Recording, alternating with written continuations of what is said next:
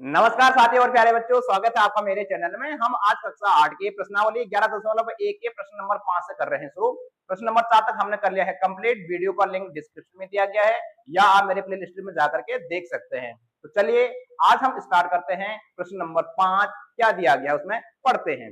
देखो प्रश्न नंबर 5 दिया गया है कि एक बैक्टीरिया या जीवाणु, बैक्टीरिया इंग्लिश में बोलेंगे, जीवाणु हिंदी में बोलेंगे, के फोटोग्राफ को 50,000 गुना आवर्धित करने पर उसकी लंबाई 5 सेंटीमीटर हो जाती है। इस बैक्टीरिया की वास्तविक लंबाई क्या है? तो एक तो हमको बैक्टीरिया की वास्तविक लंबाई निकालना है कि वास्तव में कितना लंबा होगा। दूसरा, यदि फोटोग्राफ को केवल 20,000 गुना आवर्धित किया जाता है तो उसकी आवर्धित लंबाई कितनी है? आवर्धित लंबाई का मतलब होता है कि भैया जो बैक्टीरिया होते हैं ना बहुत छोटे होते हैं, उनको हम ऐसी नंगी आंखों से नहीं देख सकते हैं, उनको देखने के लिए माइक्रोस्कोप की जरूरत पड़ती है। अब हमने बैक्टीरिया को क्या करा, जब माइक्रोस्कोप में उसकी फोटो खींची तो उसको जो है कि बड़ा कर दिया, मतलब जूम जिसको हम करें, जैसे हम जो है कि मोबाइल में फोटोग्राफ को ऐसे करके जूम करते हैं, तो उसको बड़ा करके दिखाया गया। कितना बड़ा करके दिखाया गया? इसको 50,000 गुना, यानी कि जो उसकी वास्तविक लंबाई होगी उससे हमने जब 50,000 गुना उसको बड़ा करके दिखाया है, तब जाके उसकी लंबाई 5 सेंटीमीटर होती है, जो यहाँ पे हमने बना भी रखा है। तो ये जो जीवाणु होते हैं इतने बड़े नहीं होते हैं, ये आंखों से दिखते नहीं है। ये जब 50,000 गुना इनको बड़ा करके दिखाया गया है तब जाके ये 5 सेंटीमीटर है। तो हमको बताना है कि इसकी वास्तविक लंबाई कितनी होती है। तो पहले इसकी वास्तविक लंबाई निकाल लेते हैं। कैसे निकालेंगे भाई वास्तविक लंबाई? देखो ये 50,000 गुना बराबर, हम क्या लिखेंगे? जीवाणु की फोटोग्राफ को, इसका उत्तर लिख देंगे हम दोस्तों कि 50,000 गुना, 50,000 जो गुना बराबर हमारा हो जाएगा दोस्तों 5 सेंटीमीटर। ठीक है, यानी कि जब हमने उसको 50,000 गुना जो है कि उसको क्या करा, बड़ा करा, तब जाके वो 5 सेंटीमीटर हो गया। तो जीवाणु की वास्तविक लंबाई क्या हो जाएगी? तब हम लिखेंगे जीवाणु या बैक्टीरिया, जीवाणु की वास्तविक लंबाई मेरे दोस्तों, जीवाणु की वास्तविक लंबाई, जीवाणु की वास्तविक लंबाई क्या हो जाएगी? अब आपको ध्यान देना है कि ये 5 तो अपनी ही जगह पर रहेगा, ये 5 यहीं पर रहेगा दोस्तों, और जो ये गुना वाला है, ये जो ये बड़ी संख्या है, ये चला जाएगा यहाँ से इसके बट्टे में, तो ये आ जाएगा यहाँ पे 50,000, यहाँ पर आ जाएगा इकाई, दाई, सैकड़ा, हजार, दस। समझ में आ गया? बहुत बढ़िया। अब हमको इसको क्या करना है? इसको काटना है। तो चलो मैं यहाँ पर रफ काम कर लेता हूँ आप लोगों के लिए। 5 बटा क्या हो जाएगा? ये इकाई, दाई, सैकड़ा, हजार, 10,000। तो 5 एकम 5 और 5 एकम 5, तो यहाँ पर आ जाएगा इसमें 1 2 3 4। ठीक है, ये कट गया, यानी कि 1 बटा कितना आ जाएगा? 10,000 आ गया मेरे दोस्तों। तो यहाँ पे हम इसको लिख सकते हैं, क्या लिख सकते हैं? 1 बटा 10,000। काटना तो आता ही ना आपको। तो ये हो जाएगा हमारा 5 एकम 5 और 5 एकम 5, 1 2 3 4। अब मेरे दोस्तों यहाँ पे ध्यान से देखो इसको, क्या मैं इसको ऐसा नहीं लिख सकता हूँ? कैसा कि 1 बटा ये 10 की घात 4 नहीं लिख सकता हूँ मैं इसको? 10 की घात 4 लिख सकते हैं ना, हमने जो कि प्रश्नावली घातांक और घात में किया था, हमने ये नियम हमने पढ़े हुए हैं। तो अब जब ये 10 की घात ऊपर हम इसको इसके अंश में लेके जाएंगे, तो ये जो ये घात है ये किस में चला जाएगा? ये माइनस में चला जाएगा। तो ये बराबर हो जाएगा दोस्तों हमारा 1 गुणा गया 10 की घात -4, ये सेंटीमीटर आ जाएगा। ठीक है, अब इस 1 को रखो चाहे ना रखो, इस 1 को रखो चाहे ना रखो, इस 1 की गुणा इसके साथ करेंगे तो उतना ही आएगा। तो इसका मतलब हो जाएगा यहाँ पे ये 10 की घात -4 और सेंटीमीटर है, तो ये सेंटीमीटर में। तो दोस्तों इसी में दूसरा प्रश्न है कि जब हम 20,000 गुना इसको आवर्धित करते हैं तो उसकी आवर्धित लंबाई कितनी होगी? तो यहाँ पर हमने एक टेबल बना दिया है। ये आवर्धन है इसका, जब 50,000 गुना करते हैं तब तो उसकी लंबाई कितनी आती है? 5 सेंटीमीटर। तो अगर हम आवर्धन 20,000 गुना करेंगे तब उसकी लंबाई कितनी होगी? हमें नहीं मालूम है, तो हम क्या लिख देंगे? उसको x होगी। अब ये आवर्धन की अगर हम क्या करते हैं, इसको जो है कि ज्यादा जूम करते हैं, यानी कि ज्यादा आवर्धन करते हैं तो इसकी लंबाई ज्यादा आएगी, कम जो है कि इसको आवर्धन करेंगे तो इसकी लंबाई कम आएगी, मतलब ये प्रत्यक्ष अनुपात में है। तो जब ये प्रत्यक्ष अनुपात में है तो हम इसको ऐसे लिख सकते हैं। कैसे लिख सकते हैं कि इसके समानुपात में ये हो जाएगा, ये इसके बराबर में ये हो जाएगा। तो यहाँ पर हम लिखेंगे इकाई, दहाई, सैकड़ा, हजार, 50,000, इसको हम अनुपात में लिख सकते हैं बटे 5 बराबर 20,000 बटे यहाँ पे हो जाएगा दोस्तों, क्या हो जाएगा? x हो जाएगा। ये तो हमने निकालना सिखा रखा आपको। तो अब इसकी क्रॉस मल्टीप्लाई होगी, इस x की गुणा यहाँ हो जाएगी और इसकी गुणा यहाँ हो जाएगी। तो अगर मैं इस x की गुणा यहाँ करता हूँ तो ये हो जाएगा हमारे पास, क्या हो जाएगा? x गुणा गया 50,000। ठीक है, ये गुणा मैंने यहाँ कर दिया और इस 5 की गुणा इस 20,000 से होगा तो ये हो जाएगा 20,000 गुणा गया क्या हो जाएगा, ये 5 हो जाएगा। ठीक है, अब हमको x निकालना है तो x बराबर हो जाएगा मेरे दोस्तों 20,000 गुणे गया क्या हो जाएगा 5, और जो ये 50,000 ये x के साथ गुणा में है तो अगर ये यहां जाएगा तो ये चला जाएगा बट्टे में, तो ये हो जाएगा 50,000। ठीक है, अब इसको काटेंगे हम, क्या करेंगे इसको काट लेंगे तो बहुत आसान है, इस जीरो से जीरो, इस जीरो से जीरो, इस जीरो से जीरो, इस जीरो से जीरो, इस 5 से ये 5 कट जाएगा तो हमारा आंसर आएगा 2, और 2 किस में आएगा, ये सेंटीमीटर। तो अतः हम कह सकते हैं जीवाणु की जो लंबाई होगी 20,000 गुना आवर्धित करने पर 2 सेंटीमीटर होगा। समझ में आया? इसकी बात करते हैं प्रश्न नंबर 6। तो प्यारे साथियों, प्यारे बच्चों, यहाँ पर प्रश्न नंबर 6 दिया गया है, एक जहाज के मॉडल में उसका मस्तूल 9 सेंटीमीटर ऊंचा है जबकि वास्तविक जहाज का मस्तूल 12 मीटर ऊंचा है। यदि जहाज की लंबाई 28 मीटर है तो उसके मॉडल की लंबाई कितनी होगी। तो यानी कि हम जब कोई भी चीज बनाते हैं, एक घर बनाते हैं, तो उसका पहला क्या बनाते हैं, नक्शा बनाते हैं। तो नक्शा क्या होता है, बहुत छोटा होता है, जबकि रियल में घर क्या होता है, बहुत बड़ा बनता है। तो ऐसे अगर हम कोई जहाज बनाते हैं या कोई कंपनी कोई जहाज बनाती है तो पहले उसका मॉडल बनाती है, तो मॉडल क्या होता है, छोटा होता है और वास्तव में जहाज बहुत बड़ा बनता है। तो वही यहाँ पर दे रखा है, तो मैंने यहाँ पर लिख दिया है जहाज के मस्तूल की लंबाई मीटर में। तो अगर जहाज हकीकत में 12 मीटर ऊंचा होता है तब जाके हमारे जो मॉडल में है वो 9 सेंटीमीटर ऊंचा दिखाया जाता है। अब हमको बताने कि अगर जहाज हम 28 मीटर ऊंचा बनाते हैं या 18 मीटर लंबा बनाते हैं तब उस मॉडल की लंबाई क्या होगी, यानी कि मॉडल की लंबाई क्या होगी।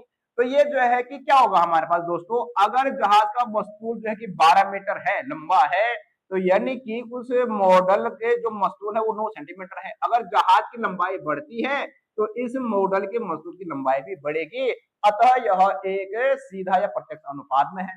तो हम लिख देते हैं, माना मॉडल के मस्तूल की लंबाई यहां पर लिख देते हैं, क्या लिख देते हैं, माना मॉडल के मस्तूल की जो लंबाई हो जाएगी ना, मस्तूल की लंबाई मान लेते हैं हम x मान लेते हैं मेरे दोस्तों, और x किस में आएगा, ये सेंटीमीटर में आएगा, क्योंकि हमारे पास मॉडल का जो मेजरमेंट दे रखा है वो सेंटीमीटर में दे रखा है और जो रियल में दे रखा है वो मीटर में दे रखा है।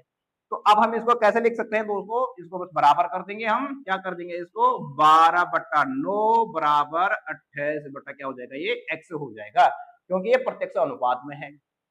तो अब बस वही कंडीशन हमारी आ जाएगी, इसको क्रॉस मल्टीप्लाई कर देंगे, x की गुणा 12 से कर देंगे, 9 की गुणा 28 से कर देंगे। तो मैं x की गुणा किससे कर रहा हूँ, 12 से कर रहा हूँ, बराबर 28 की गुणा में यहाँ 9 से कर रहा हूँ। ठीक है, अब हमको x निकालना है तो x बराबर क्या हो जाएगा, यहाँ पर 28 गुणा 12, और जो ये 12 यहाँ गुणा में है तो ये यहाँ चला जाएगा बराबर के उधर, तो ये चला जाएगा हमारा बट्टे में।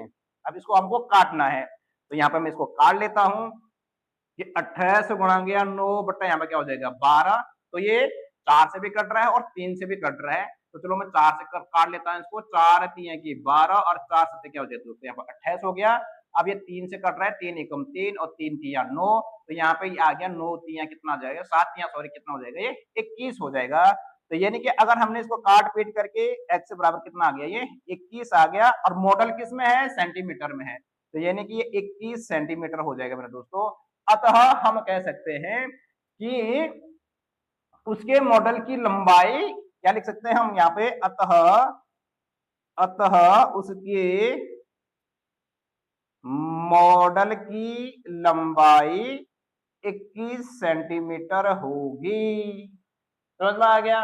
इसकी बात करते हैं प्रश्न नंबर 7। प्रश्न नंबर 7 दिया गया है, मान लीजिए 2 केजी चीनी में 9 गुणा गया 10 की घात 6 क्रिस्टल हैं। क्रिस्टल बोलते हैं चीनी के दाने को, जो दाने होते हैं उनको क्रिस्टल बोलेंगे हम। तो निम्नलिखित चीनी में कितने चीनी के क्रिस्टल होंगे। तो यहाँ पे 2 प्रश्न दिया गया है, पहले हम प्रश्न नंबर 1 को करेंगे, उसके बाद हम करेंगे प्रश्न नंबर 2 को। तो मैंने मान लिया, यहाँ पे मैंने पहले लिख दिया आप लोगों के लिए कि माना क्रिस्टलों की संख्या क्या होगी, x होगी। इस 5 केजी वाले को हम हल कर रहे हैं। तो क्या दिया गया है कि चीनी की मात्रा केजी में, मैंने पहले इसका टेबल बना दिया है, तो केजी में कितना दे रखा है 2, यानी कि हमारे पास जब 2 केजी चीनी है तब हमारे क्रिस्टल कितने होते हैं, क्रिस्टलों की संख्या होती है 9 गुणा 10 की घात 6। तो प्रश्न में दिया गया कि 5 केजी में हमारे पास कितने क्रिस्टल होंगे, तो ये मैंने इसका टेबल बना दिया है, आपको भी इसका टेबल बनाना है मेरे दोस्तों। अब ये जो है कि क्या होगा, अगर चीनी की मात्रा कम है तो क्रिस्टल भी कम होंगे ना। 2 kg में कम क्रिस्टल होंगे, 2 kg में कम दाने होंगे, 5 kg होगा तो ज्यादा दाने होंगे। तो कम चीनी कम, यानी कि कम हो गया, केजी में कम होगा तो क्रिस्टल भी कम, और चीनी ज्यादा होगी तो क्रिस्टल भी ज्यादा। इसका मतलब ये प्रत्यक्ष समानुपात है, और अगर प्रत्यक्ष समानुपात है तो हम इन दोनों को बराबर रख सकते हैं। तब हम क्या लिख सकते हैं, इसलिए इसलिए क्या हो जाएगा दोस्तों कि 2/9 × 10⁻⁶ बराबर हो जाएगा ये 5 क्या हो जाएगा, ये x हो जाएगा। अब इस क्वेश्चन को जरा ध्यान से समझना है आपको, तो मैं इसको आगे अप्लाई कर रहा हूं, आपको इसको ऐसे में करना है, तो मैं इसको आगे कर रहा हूं। तो अब क्या हो जाएगा, वही हो जाएगा, इसका क्रॉस मल्टीप्लाई हो जाएगा, 2 की गुणा x से हो जाएगा, 5 की गुणा 10 गुणा 9 गुणा 10⁶ से हो जाएगा। तो मैं यहाँ पर लिख सकता हूँ x गुणा 2, इन दोनों की मल्टीप्लाई, और फिर इन दोनों की मल्टीप्लाई हो जाएगा, तो ये बराबर हो जाएगा 9 गुणा 10⁶ गुणा क्या हो जाएगा, ये 5 हो जाएगा मेरे दोस्तों। अब क्या हो जाएगा, अब ये x बराबर क्या हो जाएगा, ये 2 यहाँ गुणे में है, ये इसलिए बट्टे में चला जाएगा, तो यहां से लिख रहा हूं मैं, तो ये x बराबर हो जाएगा 9 गुणा 10⁶ और गुणा क्या हो जाएगा, यहाँ पे 5 हो जाएगा मेरे दोस्तों, और बट्टे क्या हो जाएगा, जो ये 2 है ये गुणे में है इस x के साथ, तो यहाँ चला जाएगा, तो क्या हो जाएगा, ये बट्टे में चला जाएगा। ठीक है, अब आपको ध्यान से देखना है इसको, हमको 10⁶ पे कोई छेड़खानी नहीं करनी है, इसको ऐसे ही रहने देना है, और हम क्या कर देंगे, इन दोनों की मल्टीप्लाई कर देंगे। तो मैं इसको आगे अप्लाई कर रहा हूं, देखो ये 9 गुणा 5, 9 गुणा 5 कितना हो जाएगा मेरे दोस्तों, ये हो जाएगा 45, यानी कि 45 गुणा 10⁶ हो जाएगा, और बट्टे क्या हो जाएगा, ये 2 हो जाएगा। समझ में आ रहा है। अब इसके बराबर में क्या हो जाएगा दोस्तों, इस 2 से इस 45 को हम काट सकते हैं, इसको हल करने के बहुत सारे तरीके हैं, तो मैं इसी तरीके को क्या कर रहा हूं, अपना रहा हूं। हम डायरेक्ट कर लेंगे, तो 45 को 2 से हम भाग कर देंगे, अगर 45/2 कर देंगे हम, तो क्या हो जाएगा भैया, ये 2 दूने की क्या हो जाएगा, यहाँ पे 4 हो जाएगा। ध्यान से देखना है इसको, 2 दूना 4, यहाँ पे कुछ नहीं बता, यहाँ पे 5, फिर 2 दूना क्या आ जाएगा 4, 1 बता, यहाँ पे दशमलव लगाएंगे, यहाँ पे 10 हो जाएगा, और 2 पंजे क्या हो जाएगा, ये 10, देखिए 22.5 आ रहा है। कितना आ रहा है यहाँ पे, 22.5। इन दोनों को हमने हल कर दिया, 45/2 मतलब हो जाएगा ये 22.5। ठीक है, थोड़ा नीचे लिख देता हूं मैं इसको, बराबर में लिखना है आपको भी। तो ये आ गया हमारे पास 22.5 गुणा 10⁻⁶। ठीक है, अब इसमें एक समस्या है, अभी हल तो नहीं हुआ है ये। ठीक है, कि हमारा जब 10⁻⁶ है तो इसको हमको मानक रूप में लिखना है। हमने घातांक और घात में पढ़ा था ना, क्या मानक रूप में लेके आना है दोस्तों उनको इसको। तो अगर हमको मानक रूप में इसको लेके आना है 10⁻⁶ में, है ना हमारा आंसर, तब हमको ये दशमलव यहाँ नहीं यहाँ होना चाहिए, यानी कि लास्ट में हमारे पास एक संख्या छूटनी चाहिए। ये 22 नहीं होना चाहिए, 1 से 10 के बीच में होना चाहिए। तो ये दशमलव यहाँ पे, इस दशमलव को लेके आएंगे हम यहाँ पे। तो इसके लिए क्या करेंगे हम इसके लिए कर देंगे कि 22.5 गुणा 10⁻⁶। तो हम यहाँ पे इसको डिवाइड कर देंगे किससे, 10 से डिवाइड कर देंगे ना। यहाँ पे ध्यान से देखना मैं क्या कर रहा हूँ, इस 10 से इसको डिवाइड इसलिए करेंगे कि इस 0 से ये दशमलव इधर खिसक जाएगा। ठीक है, ये दशमलव यहाँ से इधर खिसक जाएगा। तो अगर हमने इसको 10 से भाग कर दिया अपनी मर्जी से, तो अगर 10 से भाग कर दिया तो इसको फिर 10 से गुणे भी करना पड़ेगा मेरे दोस्त। समझ में आ गया, अगर भाग 10 से कर लिया ना हमने अपने मर्जी से, तो उसी से हमको गुणा भी करने पड़े। इससे क्या होगा, इस 10 से ये 10 कट जाएगा, तो इस संख्या में कोई फर्क नहीं पड़ेगा। अब देखो क्या होगा, अब हमको इसको हल कर दिया हमने, 22.5/10 को अगर हम हल करेंगे ना, तो ये दशमलव यहाँ पर आ जाएगा, तो ये हो जाएगा 2.25। तो इस 10 से तो ये दशमलव खिसक गया, यहाँ क्या बचा हमारे पास, यहाँ बच गया हमारे पास दोस्तों 10⁻⁶, और यहाँ पर 10 की घात कुछ नहीं है, तो 10 की घात 1 है। तो 10⁻⁶ है, 10 की घात a है। जब हमारा आधार सेम होते हैं तो उसकी जो घातें होती हैं, जो घातांक होंगे वो क्या हो जाएंगे, जुड़ जाएंगे। तो ये 6 + 1 कितना हो जाएगा, 7, यानी कि ये हो जाएगा 10⁻7, और यही हो जाएगा दोस्तों हमारा आंसर, और ये हमारे कितने क्रिस्टल हो जाएंगे। तो अतः हम कह सकते हैं, अतः क्या कह सकते हैं हम, 5 kg चीनी में 5 kg चीनी में 2.25 गुणा 10⁻7 क्रिस्टल होंगे। ठीक है, क्रिस्टल होंगे। अब करते हैं इसका प्रश्न नंबर 2। तो इसी प्रश्न का ये सेकंड भाग देखिए, इसमें जो है कि 1.2 kg में कितने क्रिस्टल होंगे मेरे दोस्तों।